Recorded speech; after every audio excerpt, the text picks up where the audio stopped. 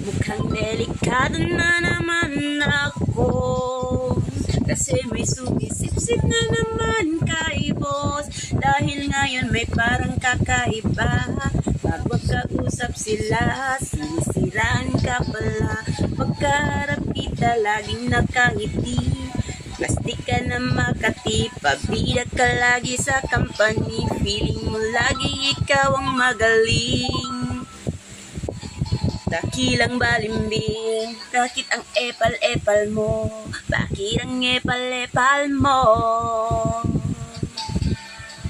Sumisip-sip ka na naman, di ka naman papamanahan. Pera lang ma-promote, todo ka manghila pababa. Sip-sip-sip, sip-sip ka talaga. Mukhang delikado na naman tayo, kaya ngayon mag-ayos-ayos sa trabaho. Kasi madaming balimbing, mga sip-sip ay nasa tabi-tabi dyan.